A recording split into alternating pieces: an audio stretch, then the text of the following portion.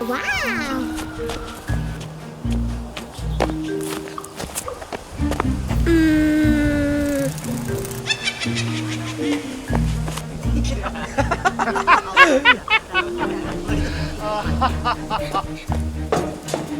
Huh?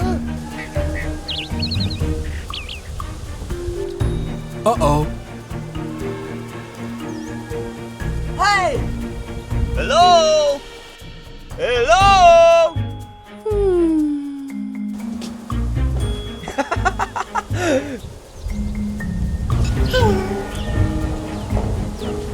Hey!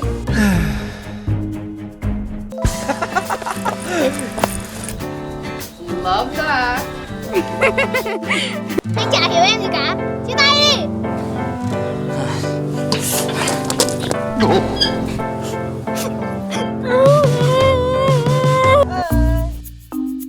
Come on, buddy. Let's go.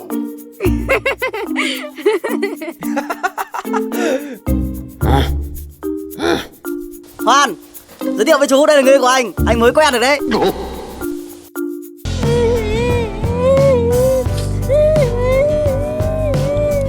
Đừng khóc nữa, hãy nín đi đừng không. Nhìn đôi mắt em đã sưng lên kìa. Cầm tay anh, dựa vai anh, nơi này có anh. Thôi, đừng khóc nữa. Vâng. Trước đây thì đầm sen này đẹp lắm, nhưng mà đến mùa này thì nó tàn hết rồi.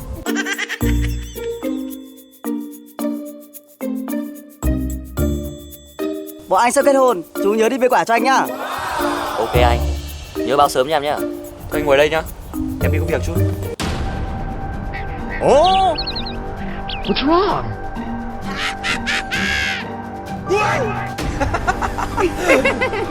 I got it! Oh, what are you doing? Oh, no! Damn it! Hey you! No! No! No! No! Hoan! Anh Hoan! Anh Hoan! Anh tỉnh dậy đi! Tỉnh dậy đi! Tại sao anh lại đỡ đạn cho em? Sao không để anh chết đi? Sao vậy?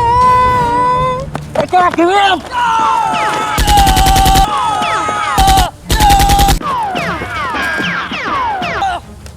Tao sẽ giết hết luôn chúng mày! Lũ khốn đứng lại! Run for your life! Lũ khốn đứng lại!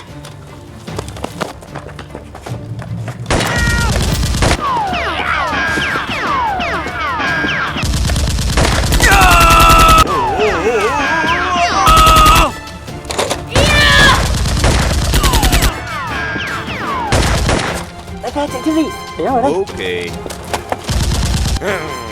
À, mình chạy à?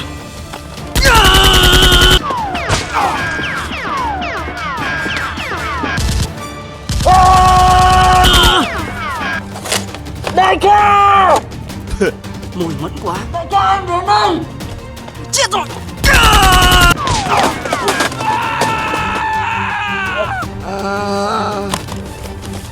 Đại ca, chạy trước đi. On our way!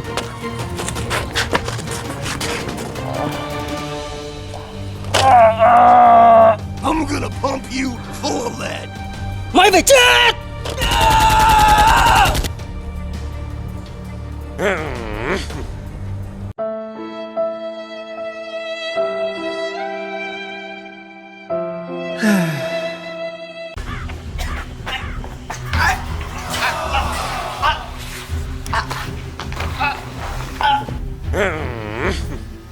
He's one of the most terrific.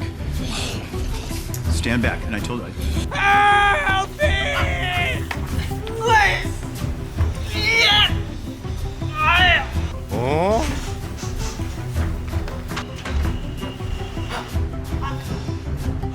Hey you! Cảnh sát! Cảnh sát! Anh sao vậy? Anh đi vào đây!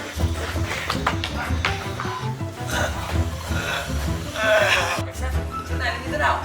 Tôi bị Người xấu chị đuổi.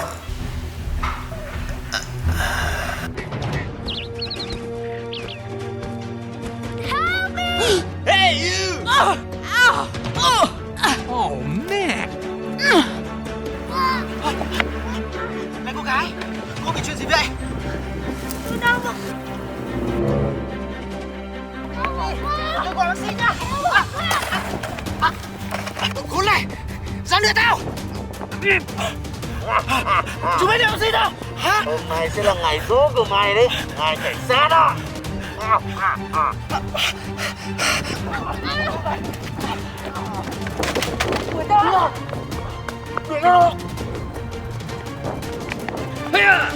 the process!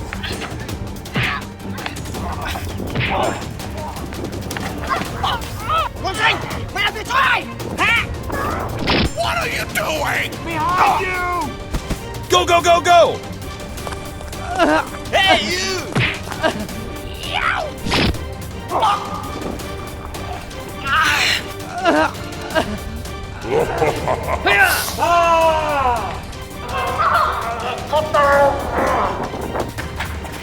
Vậy bọn chúng nó tìm cái gì mà người ngài?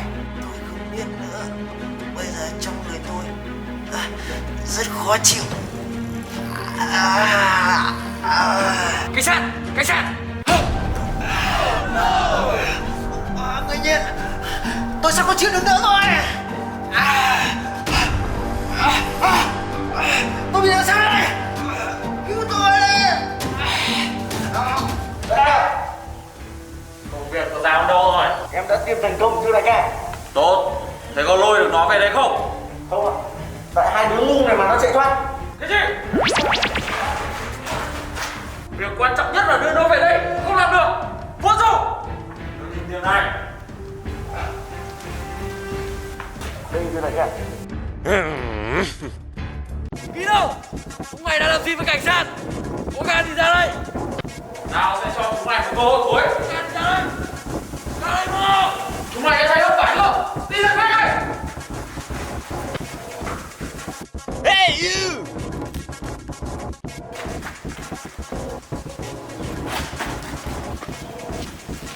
Kỹ đâu? Mau ra đây.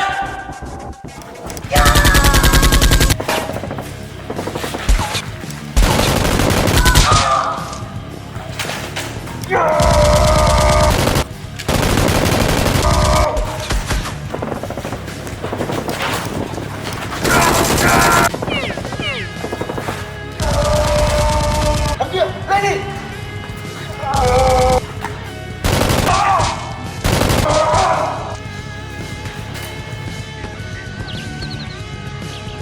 Kỹ đâu?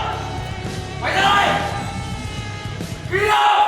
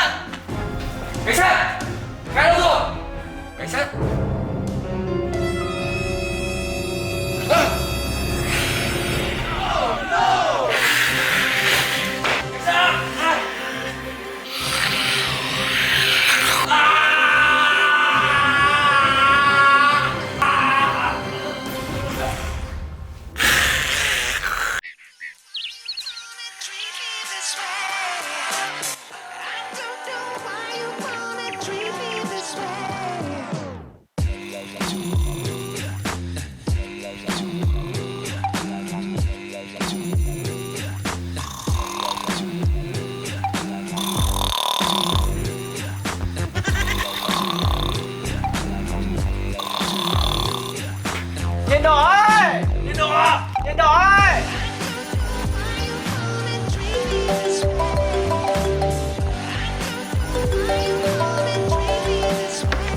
Alo! Cậu vẫn ngủ đấy à? Nhanh lên! Bọn tớ đang đợi dưới cổng thế này. Xin lỗi cậu nhá, tớ dậy ngay đây.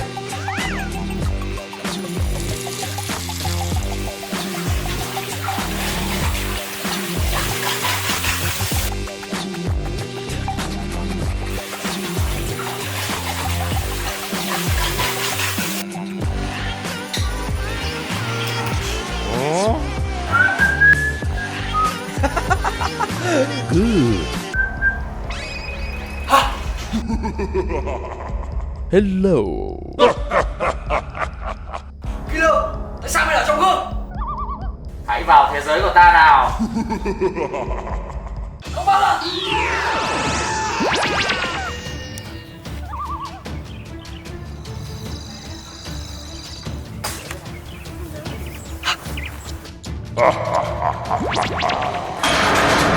Thả ra Killer.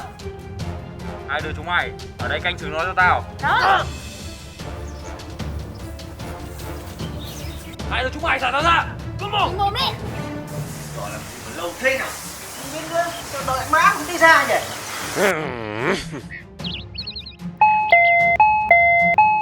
What are you doing in my swamp?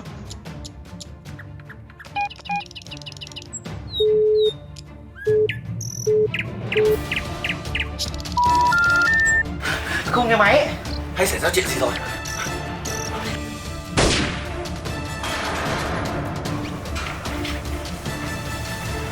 Nhìn đỏ!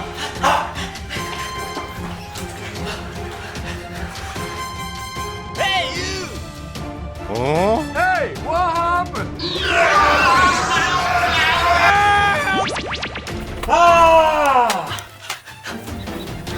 Đây là thế giới nào vậy hả Nhiệt Xanh? Có lẽ đây là thế giới trong gương. Vậy thì Nhiệt Đỏ chắc chắn là thế giới này rồi. Ta mau đi tìm cậu ấy thôi.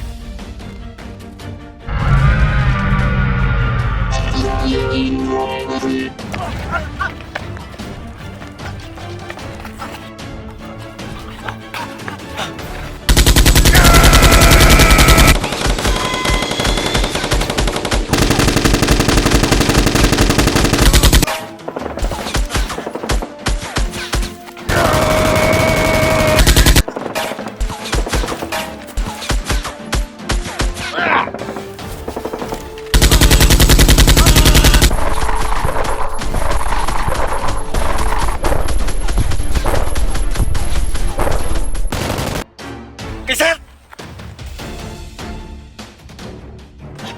Nhiệt Xanh!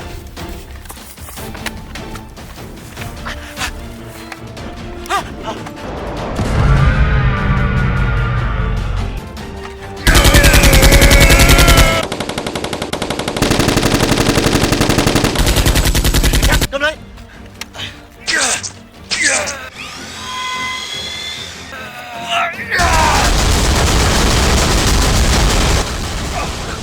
Cảnh sát, đi tìm Nhiệt Đỏ rồi! Tại sao có chuyện gì?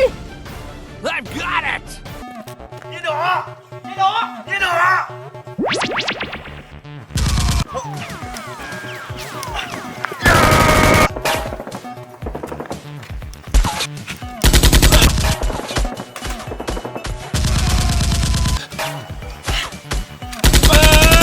Mày đang trong thế giới này nghe tao. Không thoát được đâu.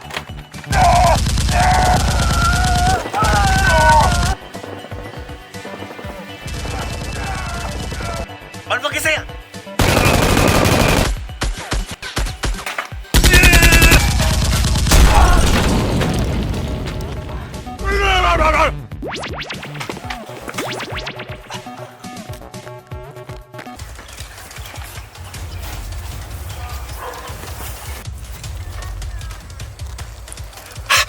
Nhiệt Đỏ! Nhiệt Xanh, cảnh sát, cứu tôi. Killer!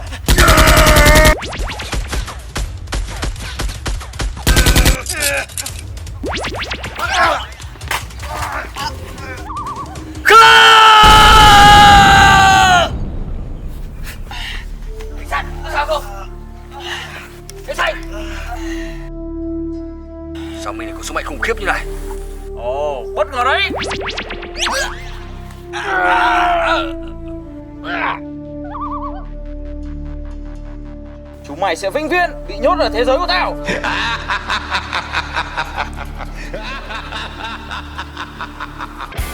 Không chuyện đó đâu. Vẫn còn ngoan cố à? Thằng nhện đỏ vô dụng. Vậy để tao cho mày biết.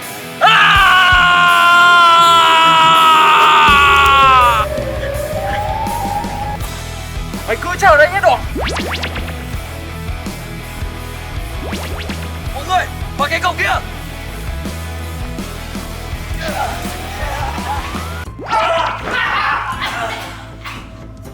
Killer, thật lắm chiêu trò. Sao thoát ra khỏi thế giới của hắn? Tại sao con lại có phép thuật trong thế giới của hắn vậy? Tôi cũng không biết nữa. Coi như lần này chúng mày thắng. Hãy chuẩn bị tinh thần cho lần sau đi.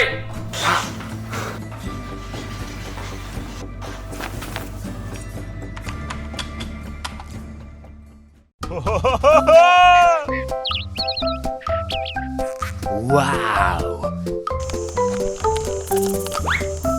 Huh? Good. That's good.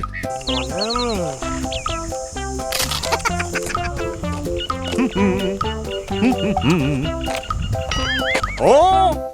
Wow. Oh yeah. Bim na ya. Okay.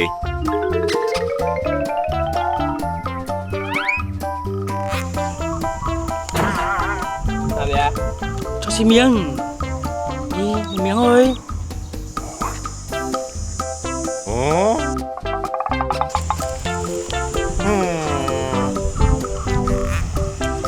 Oh man.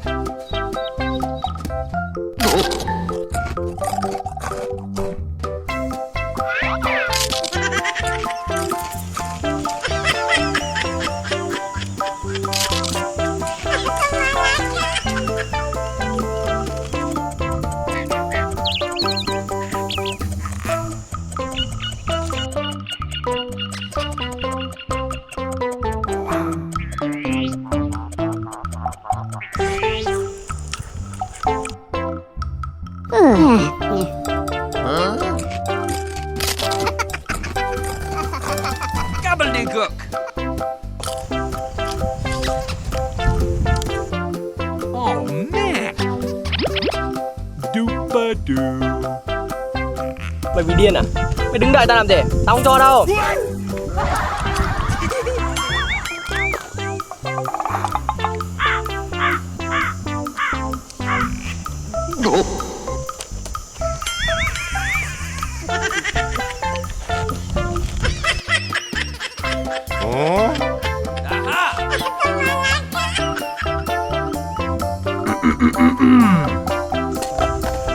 Anh ơi, cho em xin miếng. Miếng cho anh. Anh đây. Anh hám một. Ui, đây. Đấy, anh há to ra. Đấy, ôi trời ơi. Anh ơi, đây nưa. Nưa đi anh ơi. Nưa nước. Ui ôi, bim ngon anh ạ. Đấy. Anh ơi, hả? Anh há to ra anh. Thôi. Đã chịu nhiên không rút. Anh ăn đi. Đây còn 2 gói anh ạ. Đây.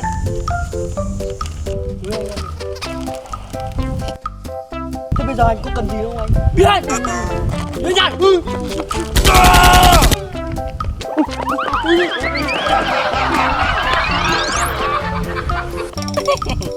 Đưa từ đầu phải ngoan không?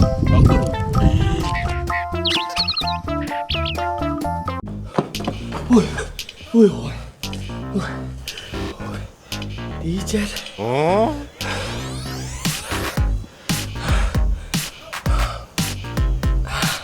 À quên, mình là Spider-Man cơ mà. Sao phải chạy?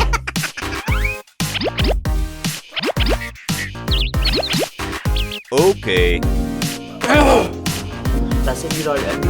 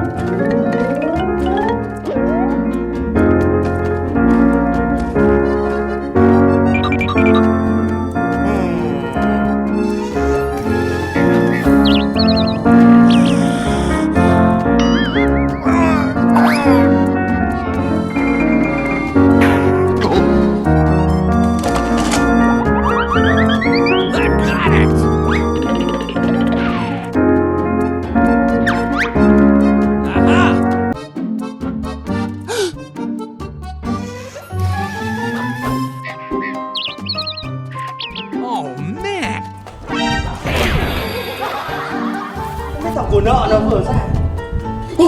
Thằng kia trả BB cho tao. Ngại nào mày à?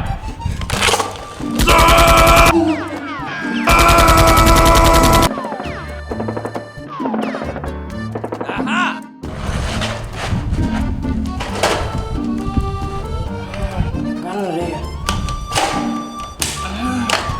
Xem mày chạy được đi đâu. Trả BB đây!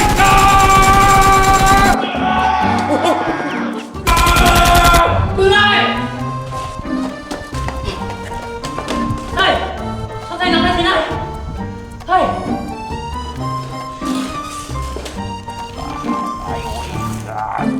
Đừng có mặt tao. Ngộ nghênh. Có đâu rồi? Ngộ nghênh. Uh-oh. Ngộ nghênh. Có đâu rồi? Ngộ nghênh.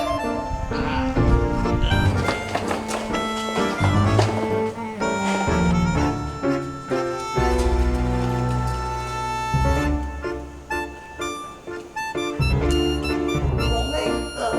Đây có nhìn cái gì? Anh kia ơi! Anh kia ơi! Anh kia ơi! Anh kia ơi! Anh kia ơi! Lại là mày à? Chui đâu ra? Ám tao vừa đấy. Tao nghĩ là chúng nó đuổi. Người chạy nó rồi! Bạn ơi!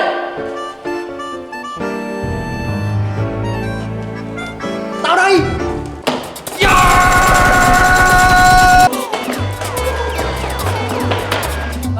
Mày chạy à? Đứng lại! Esta canción con mucho cariño de mi corazón a la República Dominicana, la casa del merengue, la casa de la bachata.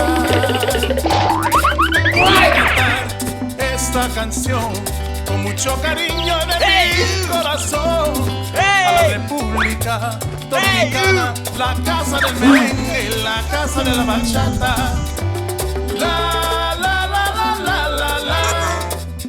La casa del merengue, y la casa de la bachata.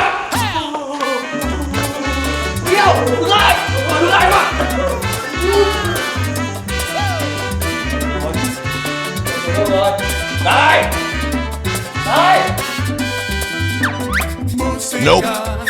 Música, Nope. música, te traigo música. Música, Ra đây nhanh lên nào! música, te Ăn traigo trộm đi phố này! Đi trốn đâu? Đâu rồi? Ra đây! Tao bắt trộm! Chết thế nào? Đúng không? Tao bắt được!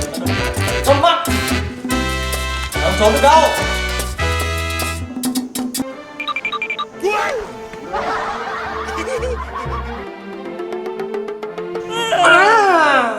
Mày! Xuống đây! Xuống! Nhanh lên! Đi rồi! Đã ăn trộm của tao thì số nào? Mày còn thích rơi BB vào đầu nào? BB đâu? Mày lấy xem nào? Lấy đây! Nào, nhanh lên! BB đâu? Đưa xem nào? À, sao? Muốn rẻ? Sao? Anh ơi, không có đạn đâu anh ơi. Đừng. Anh ơi, đừng. Anh ơi, bắn nào. Anh ơi, bảo hết đạn. Chẳng như là sao? Muốn nào chưa? Nè. Anh ơi, đây anh ơi. Chưa.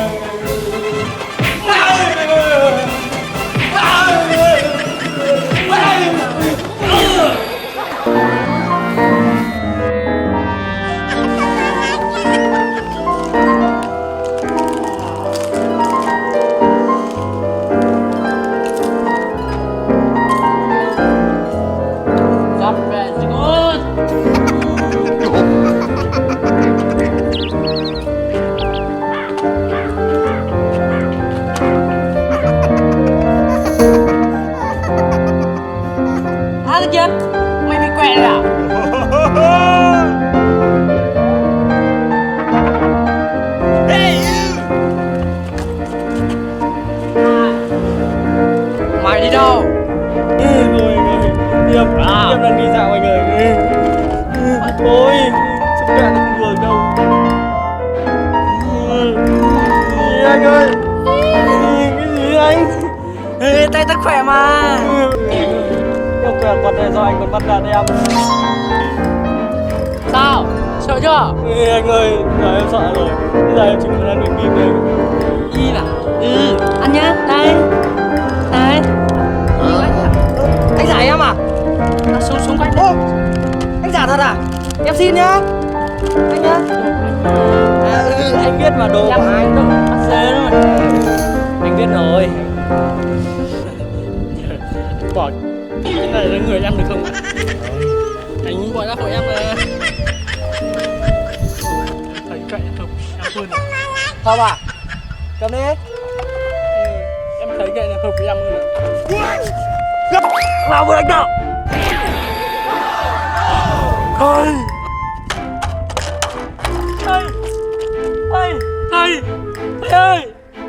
Ây.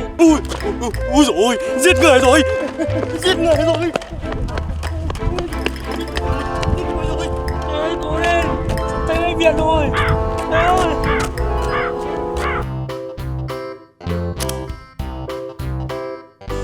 Bắt đầu.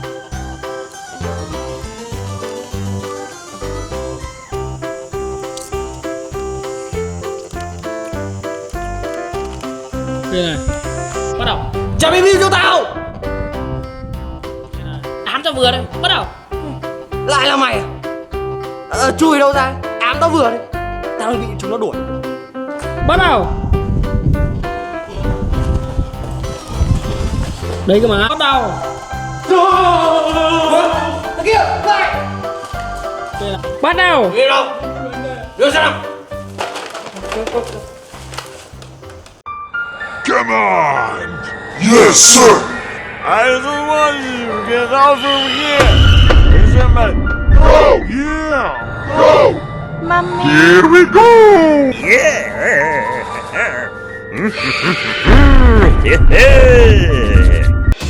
52! Boo-hoo! Ring-a-ding-ding! I love you. Go! Very good!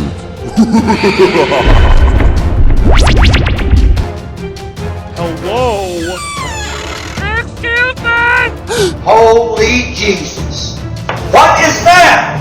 Wow! Oh! Hiç komdu höle, näsä kulur. Hiç komdu höle, märker mig som låg. Hiç komdu höle, märker gå förbi.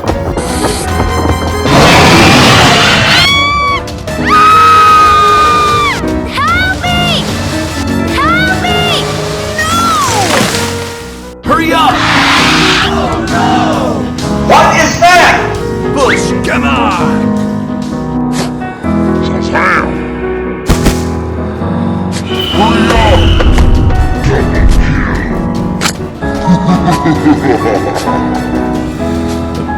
Disgusting. Disgusting. Disgusting.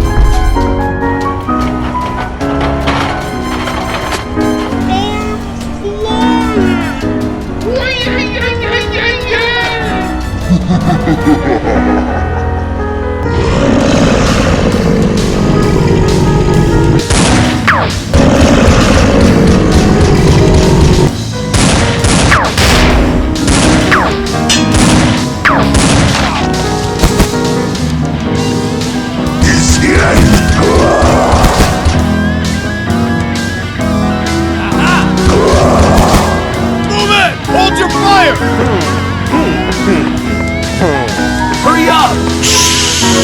Over here. Go!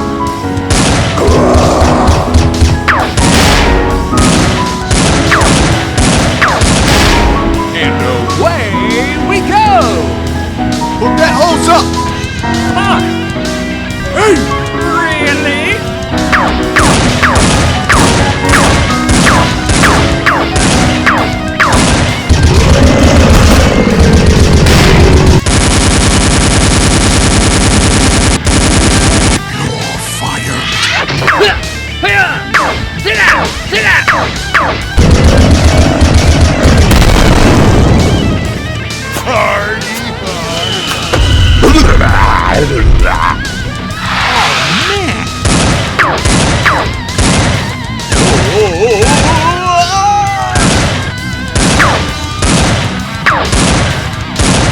What?